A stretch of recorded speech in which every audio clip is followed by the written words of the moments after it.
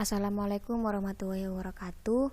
Kembali lagi dengan saya Isminur Hidayati Z dari Prodi Sistem Informasi 2017 Universitas Trunojoyo Madura. Pada kesempatan kali ini kita akan belajar tentang return pada function. Sebelum masuk pada contoh atau implementasinya, di sini saya akan menjelaskan secara singkat apa itu return pada function. Return pada function merupakan sebuah nilai atau value yang dikembalikan kepada si pemanggilnya. Jadi, hasil eksekusi dari fungsi akan dikembalikan kepada si pemanggil. Pada prinsipnya, kita dapat membuat fungsi dengan return maupun tanpa return. Fungsi dengan return berarti hasil eksekusi dari fungsi akan dikembalikan kepada si pemanggil. Contoh, fungsi untuk menghitung las persegi. Nah, hasil dari eksekusinya nanti akan dikembalikan kepada si pemanggil. Begitupun sebaliknya, fungsi tanpa return berarti hasil eksekusi dari fungsi tidak memiliki nilai kembali. Jadi pemanggil hanya bertugas untuk memanggil saja, seperti contoh function yang sudah saya jelaskan pada video sebelumnya. Di sini saya analogikan return dalam matematika pada gambar berikut. Misalkan di sini saya mempunyai input x-nya sama dengan 3 dan prosesnya di sini function f-nya sama dengan x kuadrat dan untuk outputnya fx sama dengan 9. Jadi function di sini memberikan hasil berupa output yang ingin dikembalikan kepada si pemanggil. Karena di sini outputnya 9, jadi di sini saya akan memberitahukan kepada si pemanggil bahwa hasil outputnya adalah 9.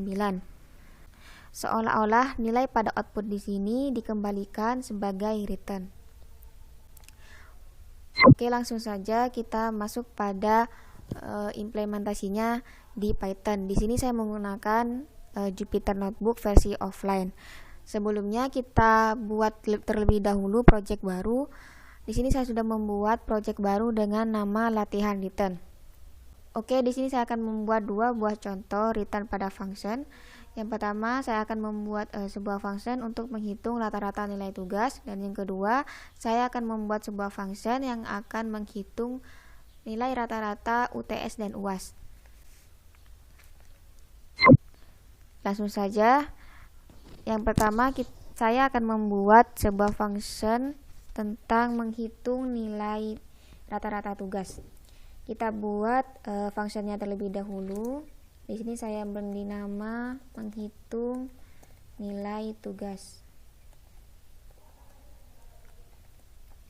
Untuk parameternya sendiri di sini saya isi dengan 5 buah inputan yang terdiri dari 5 mata pelajaran yang akan diinputkan nilainya nanti.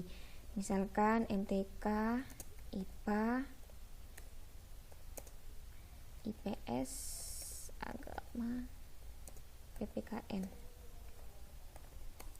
Setelah itu saya akan membuat variabel untuk menghitung nilai rata-rata dari kelima mata pelajaran ini.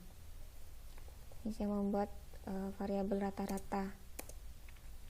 Rumus untuk menghitung nilai rata-rata itu sendiri adalah menambahkan semua inputannya kemudian dibagi dengan jumlah inputan tersebut.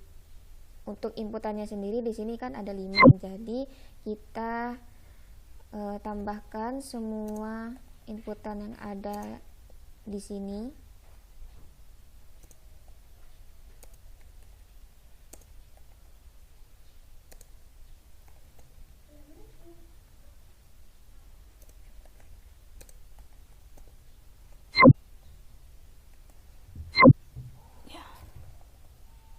Setelah itu dibagi dengan banyaknya jumlah inputan.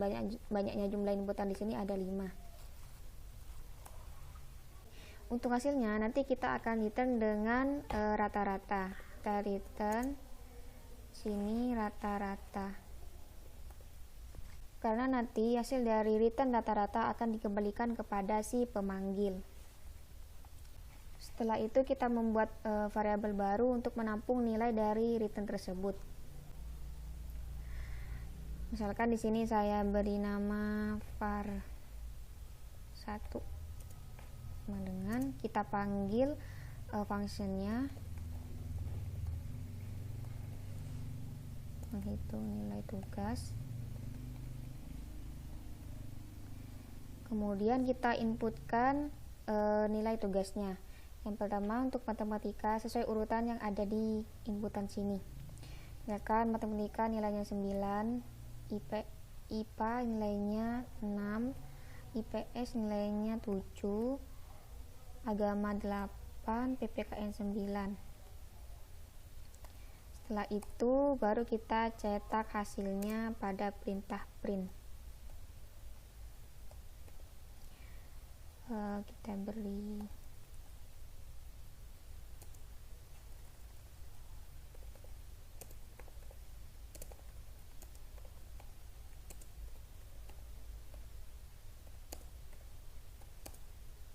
kita panggil variabel 1. Kita panggil var1. Setelah itu kita run. Maka hasilnya adalah 7,8. 7,8 di sini didapatkan dari hasil penjumlahan matematika, IPA, IPS, agama, PPKN dibagi dengan 5. Jadi saya jelaskan ulang. Return rata-rata di sini artinya dia memanggil nilai untuk dikembalikan kepada si pemanggil. Dan hasil dari return tersebut harus ditampung pada sebuah variabel. Jadi variabel var1 ini merupakan hasil kembalian dari fungsi ini, fungsi menghitung nilai tugas. Selanjutnya di sini yang kedua saya akan membuat sebuah function untuk menghitung nilai UTS dan UAS. Kita buat fungsinya terlebih dahulu. Hitung.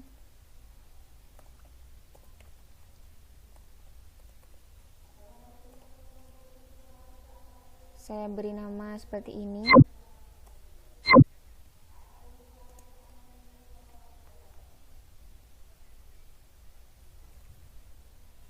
Dan untuk parameternya di sini saya isi dengan 2 argumen saja, UTS dan nilai UAS. Untuk menghitung nilai rata-rata dari UTS dan UAS, kita memerlukan 3 buah inputan, yaitu inputan nilai tugas, UTS, dan UAS. Untuk rumusnya sendiri, jadi nanti 60% nilai tugas ditambah dengan 20% nilai UTS dan 20% nilai UAS. Kita buat variabel untuk masing-masing dari nilai tersebut. Untuk nilai tugas, di sini saya buat variabel dengan nama tugas. Untuk menghitung nilai tugas, yaitu kita kalikan hasil dari variabel 1 ini yang ada di function menghitung nilai tugas, var1 dikalikan dengan 60% atau 60/100. Untuk nilai UTS kita di sini masukkan parameternya UTS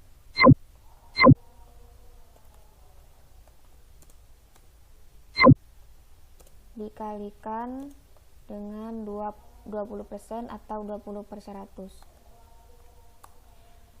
Untuk nilai UAS juga sama, kita panggil parameternya kemudian dikalikan dengan 20/100. Setelah itu kita membuat rumus untuk menghitung ketiga nilai ini. Untuk menghitung nilai rata-rata, yaitu kita tambahkan ketiga variabel yang sudah dibuat, itu tugas ditambah dengan nilai UTS, kemudian nilai UAS. Kemudian kita bagi dengan banyaknya jumlah inputan, yaitu 3. Nah, untuk hasilnya kita return dengan nama variabel rumus. Dan untuk menampung hasil dari return rumus, kita buat sebuah variabel. Kan di sini saya buat var2. Kemudian kita panggil fungsinya, nama fungsinya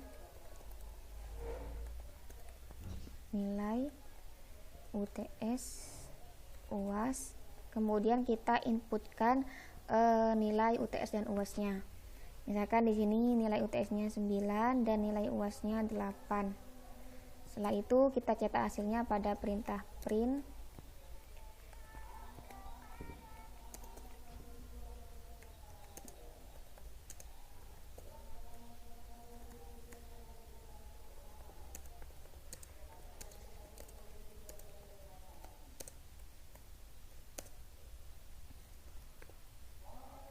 Kita panggil variabel var2 di sini.